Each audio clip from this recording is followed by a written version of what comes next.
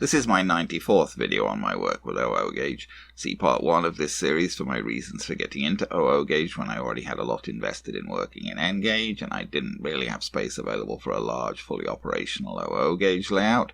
Also see my lengthy series on my N gauge railway modelling for smaller and more complex scenery and smaller scale trains running. This part is essentially part of progress on the shelf layout, with a slight diversion into Hornby Dublo and Simplex couplings. The main focus of this part will be the push-pull units that I bought for use on the end-to-end shelf layout, which I'm in process of building, fixing the push-pull unit coaches up a bit, and modifying my little test track to allow for testing the electronic shuttle control units with an actual little push-pull train. I apologise if the focus of this fairly short video is a bit scattered, but I'm sort of advancing on several fronts at once at the moment. Before we get on to the push-pull units, just another little digression to the shelf itself.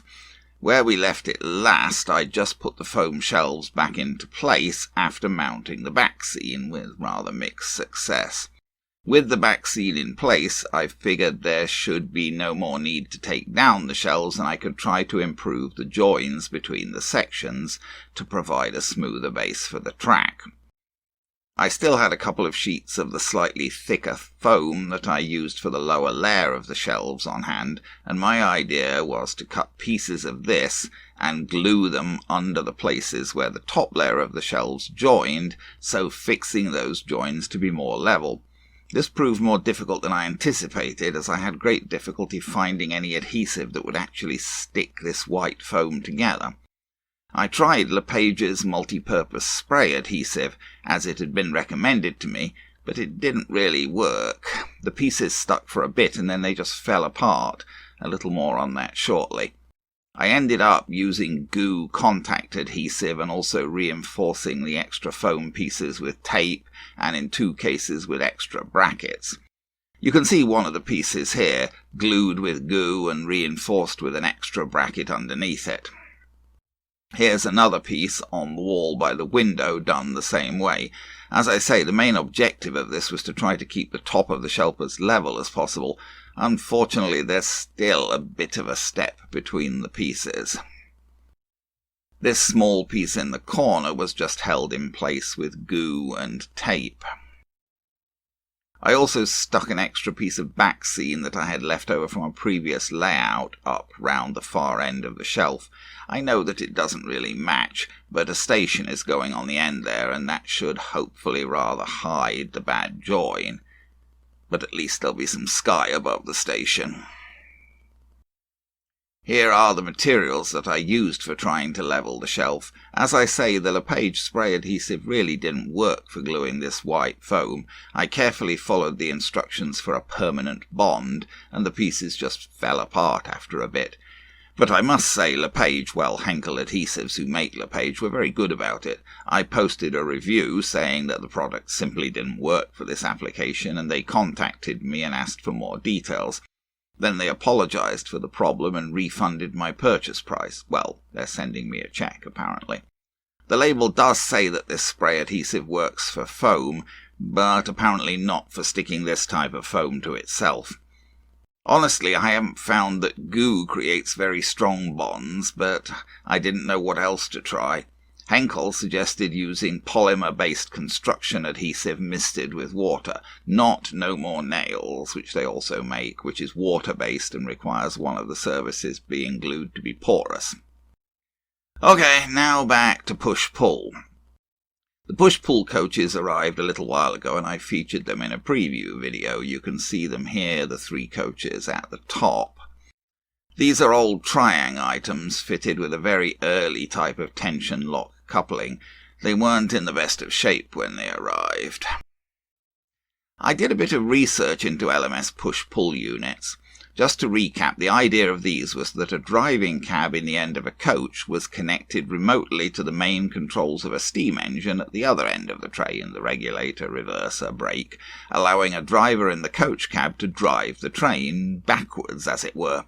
This meant that the train could go back and forth on a route without without any alteration to its composition, going one-way engine first and the reverse way with the engine at the back, driven from the cab of the push-pull coach.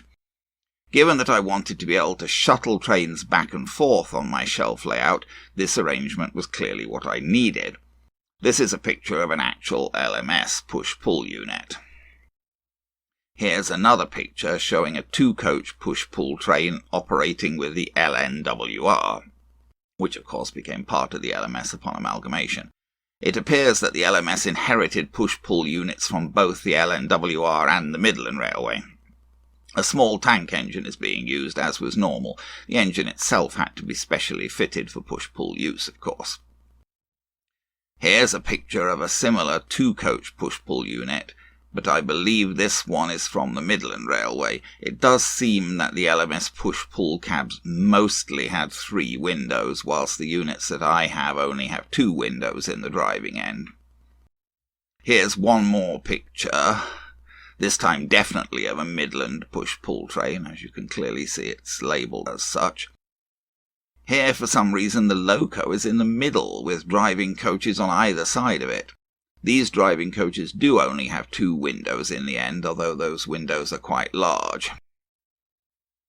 Finally, here's a push-pull unit, I believe an ex-LMS one, in British Railways service, this time with a brake van on the other side of the engine.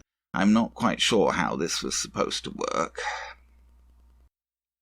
So, I'm afraid my push-pull trains are going to be a bit approximate, but I'll do my best to make them look somewhat believable as LMS trains. I would have taken the coaches apart and repainted them, but unfortunately some bright spark had decided to glue the roofs firmly in place, and it seemed that there was no way I was going to get them off without breaking them. So I settled for trying to improve the appearance of the units without disassembly. I used a gold Sharpie to do some lining on the coaches. Rather fiddly, and I did make the odd blot, but generally I think it improved their look. I added LMS lettering. I used HMRS press-fix decals for gold coach lettering. I was a bit disappointed in these. They didn't seem to be up to the usual standard of press-fix decals. There seemed to be white on the letters for no reason, as if the application of the gold hadn't worked properly. This is another diversion, a Hornby Dublo brake van that I bought on eBay. I bought this as I didn't have a brake van with Simplex couplings, so when I wanted to run a freight train with Simplex coupled rolling stock, as I've been doing quite a bit recently, I had to put a converter wagon at the back so that I could hook up a brake van with a tension lock coupling. This new van will provide me with a brake van for Simplex coupled freight trains without the need for a converter. It did come in plain grey, so I added the LMS lettering, again using press-fix decals, this time for LMS wagon markings.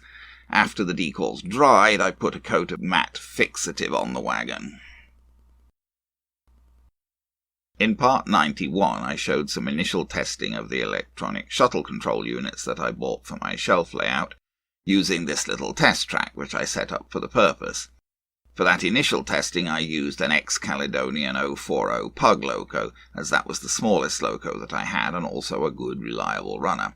Now I wanted to test the shuttle units with something closer to a train that I would actually use on the shelf layout, so basically using the push-pull units. To be able to do this with my little test track, I needed to modify the isolated end turnaround sections a bit, as one of these sections would need to be long enough to hold a loco and a push-pull coach without the coach hitting the buffers. Accordingly, I added a bit more track to the end section at the right-hand end. Here's a little push-pull train on the test track, just one of the push-pull coaches hooked up to a crimson Ginty. On the shelf layout I will also use 2-coach push-pull trains, but I stuck with 1 coach for this test due to the limited space on the test track. I did also do quite a bit of work on the wheels and axles of the push-pull coaches. The wheels were filthy and the axles were of the type that go right through the frame rather than having pointed ends, and they needed some lubrication where they ran in the frames. Here's that little train operating on the test track. The loco is stopped in the left-hand end section. There doesn't need to be room for the coach in this section if the train is going in Loco first, as it will stop as soon as the Loco enters the isolated section. Here's a wide shot with the train stopped at the left end. The red light on the shuttle control board indicates that the train is about to move.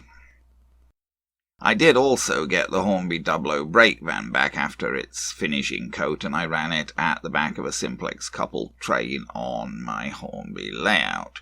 So now let's just see some running video of the push-pull shuttle testing and of the Dublo brake van.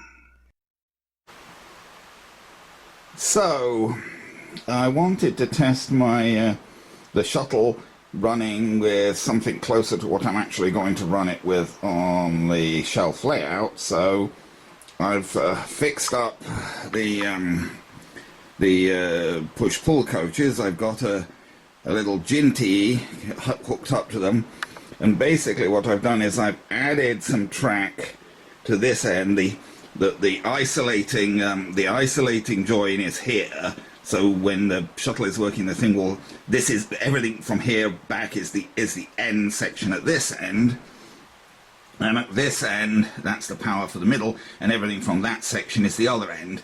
So basically I've shortened this end section because I only need to have the engine in that, and I've lengthened this end section because I need room for both the engine and the coach in that. Actually, it seems that both end sections are a little longer than they need to be now. The coach and the engine both stop 4 inches or something from the buffers. So with just one coach like this, they could be shorter, but there isn't room for 2 coaches.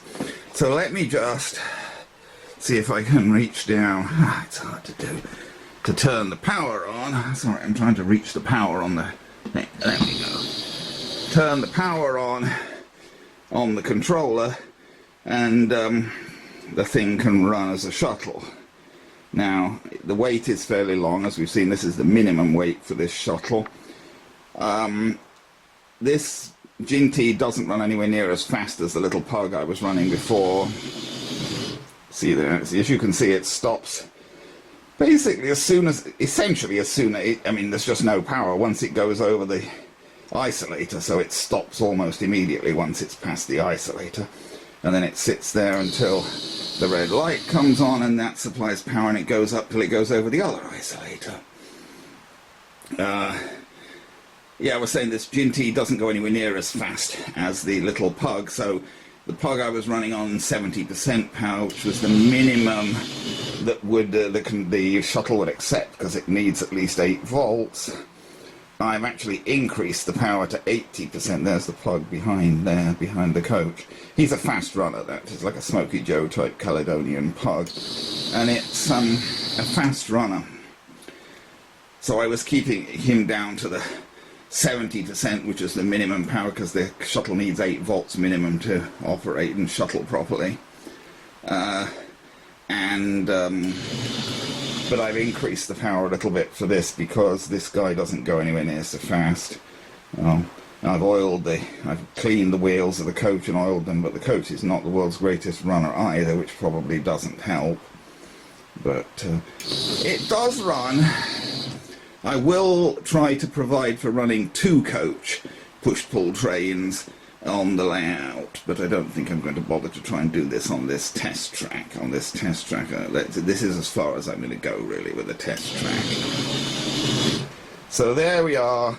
I've pretty much finished testing, and I'm ready to move on to other track laying with the layout. So now let's just see this Hornby Dublo brake van going round the layout. Famous last words. If I can get the Loco to go.